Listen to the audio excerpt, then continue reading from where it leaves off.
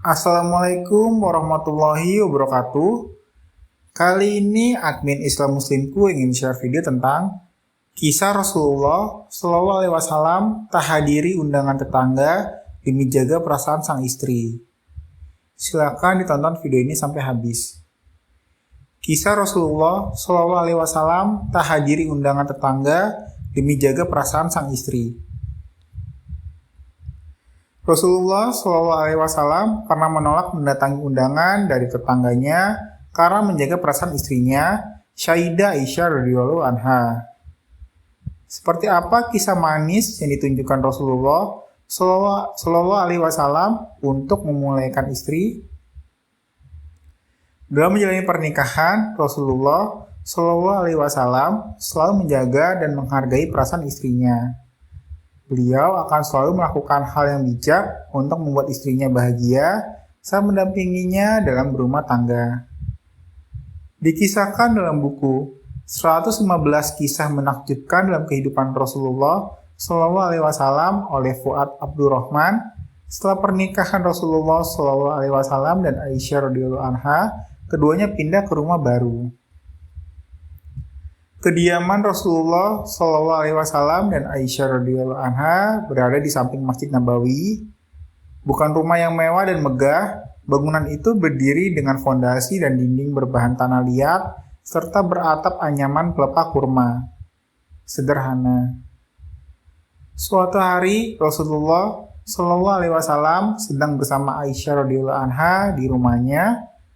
Seorang tetangga yang berasal dari Persia datang berkunjung dan mengundang Rasulullah Shallallahu Alaihi Wasallam untuk mendatangi rumahnya. Ternyata tetangga ini adalah seorang piawai mengolah masakan. Dia ingin Rasulullah Shallallahu Alaihi Wasallam datang ke rumahnya dan mencicipi hidangan buatannya.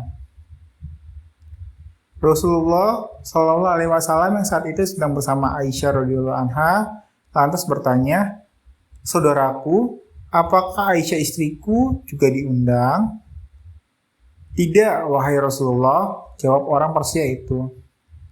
Ternyata dia menyiapkan hidangan itu hanya untuk Rasulullah Shallallahu Alaihi Wasallam. Mendengar jawaban orang Persia itu, Rasulullah Shallallahu Alaihi Wasallam berkata kepada sang istri tercinta, "Wahai Aisyah, engkau tidak diundang." Merasa sungkan menerima undangan tanpa mengajak istri tercinta, Rasulullah Shallallahu Alaihi Wasallam lantas menolak dengan halus undangan tetangganya itu. Di kemudian hari, sang tetangga ini kemudian mencoba mengundang Rasulullah Shallallahu Alaihi Wasallam lagi untuk hadir di rumahnya dan mencicipi masakan buatannya.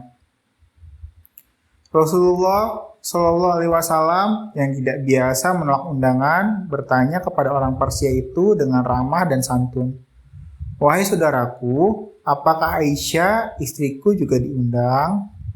"Tidak, wahai Rasulullah," jawaban orang Persia itu sama seperti undangan di hari sebelumnya.